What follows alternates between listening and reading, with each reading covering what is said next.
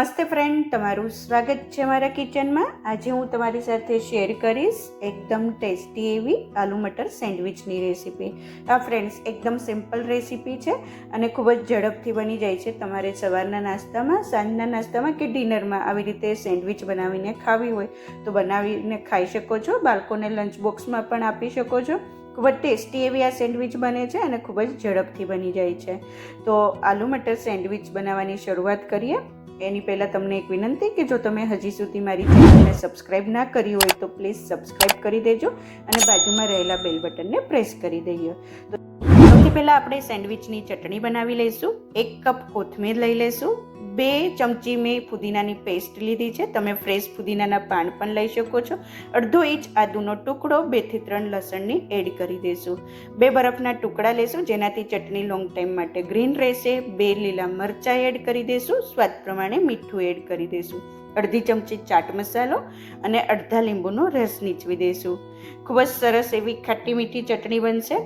અને 2 ચમચી આપણે પાણી એડ કરી દઈશું અને 1/4 ટીસ્પૂન જેટલી આપણે ખાંડ એડ કરી દઈશું. ઓપ્શનલ છે, પસંદ હોય તો એડ કરવાની, નહીંતર સ્કીપ કરી દેજો. ઢાંકણ બંધ કરી ચટણીને એકદમ પતલી એવી આપણે પીસી લેશું. જો ફ્રેન્ડ્સ, તમે જોઈ શકો છો કે સરસ એવી ગ્રીન ચટણી, એકદમ ઘાટો ગ્રીન કલર આવ્યો છે અને આવી રીતે બરફ લીંબુ એડ કરવાથી ગ્રીન ચટણી છે એ લોંગ ટાઈમ માટે ગ્રીન રહેશે. ચટણી રેડી છે. હવે આપણે આલુ મટરનો મસાલો બનાવી લઈએ. 4 બાફેલા બટેટા લઈ લેશું. આવી રીતે મેસ્ટ કરી દઈશું. સરસ રીતે અધકચરા જ મેસ્ટ કરવાના છે, એકદમ આપણે ફાઇન મેસ્ટ નથી કરવાના. અડધો કપ બાફેલા વટાણા રેડી કરી દીધા છે. 2 ચમચી આદુ મરચાંની પેસ્ટ રેડી કરી છે. વઘાર કરી લઈએ. વઘાર કરવા માટે 2 ચમચી આપણે તેલ એડ કરી દઈશું. તેલ સરસ રીતે ગરમ થઈ જાય એટલે અડધી ચમચી જીરું એડ કરી દઈશું. અને જે આપણે આદુ મરચાંની પેસ્ટ બનાવી છે એ 2 ચમચી પેસ્ટ એડ કરી દઈશું. 5 થી 6 મીઠા લીમડાના પાન આવી રીતે કટ કરીને એડ કરશું. અડધી ચમચી હિંગ એડ કરી દઈશું. 2 થી 3 સેકન્ડ આ મસાલાને સરખી રીતે મિક્સ કરી સતળાવા દઈશું. સરસ રીતે આદુ અને મરચાંની છે એ પેસ્ટ સતળાઈ ગઈ છે. હવે એની અંદર અડધો કપ બાફેલા વટાણા એડ કરી દઈશું.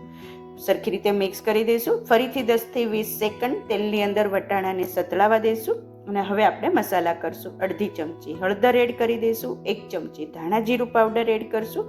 1/4 ટીસ્પૂન જેટલું લાલ મરચું પાવડર, અડધી ચમચી ગરમ મસાલો અને અડધી ચમચી ચાટ મસાલો એડ કરશું. સ્વાદ પ્રમાણે મીઠું એડ કરી દઈશું. એકદમ સરસ એવી આ સેન્ડવિચ બનશે. સરખી રીતે બધા જ મસાલાને ફરીથી 10 સેકન્ડ માટે આપણે તેલની અંદર સતળાવા દઈશું. સરસ રીતે મસાલા છે એ વટાણા સાથે સેટ થઈ ગયા છે. હવે આપણે બાફેલા બટેટાને એડ કરી દઈશું.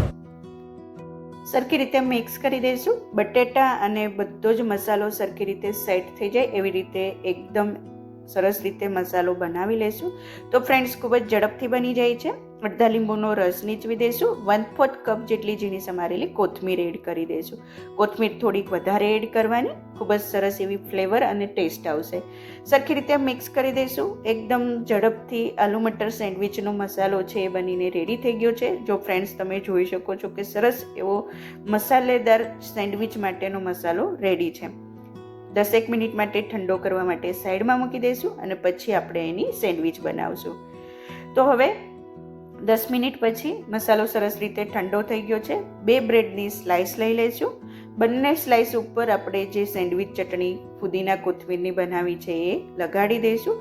તમારે બંને બાજુ ના લગાડવો હોય તો એક બાજુ ગ્રીન ચટણી અને એક બાજુ કેચઅપ પણ લગાડી શકો છો. એ પણ ખૂબ જ સરસ એવું કોમ્બિનેશન લાગે છે. હવે એક બ્રેડ ઉપર આપણે જે આલુ મટર સેન્ડવિચનો મસાલો બનાવ્યો છે એ લગાડી દઈશું. આવી રીતે બધી જ બાજુ સરસ રીતે બ્રેડ ઉપર મસાલો લાગી જાય એવી રીતે આપણે મસાલાને સેટ કરી દઈશું. તો ફ્રેન્ડ્સ, છે ને એકદમ ઝડપથી બની જતી રેસીપી.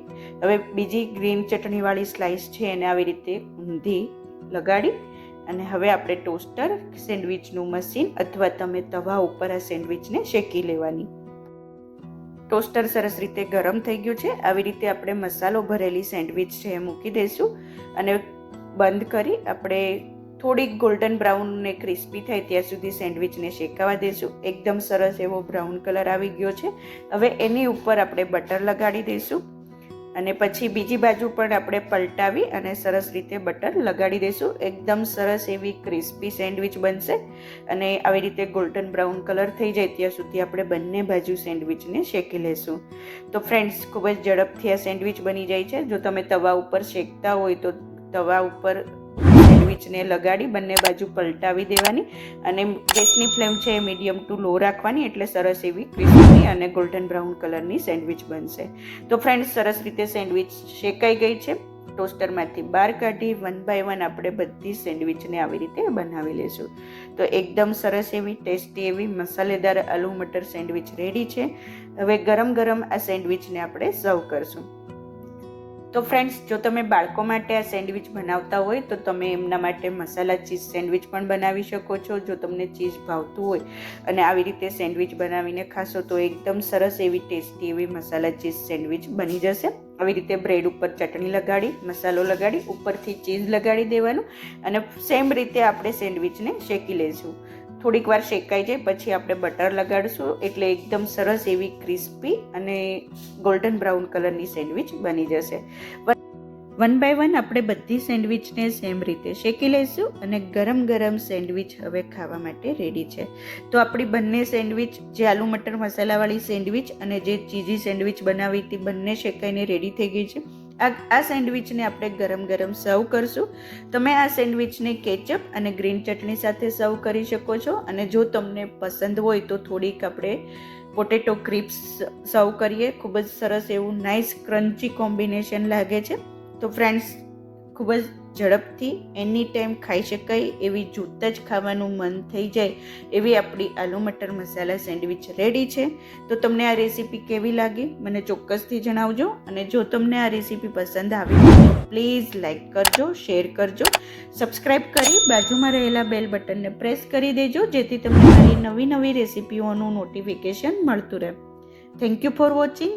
ફરીથી મળીએ એક નવી રેસીપી સાથે. ત્યાં સુધી બાય બાય.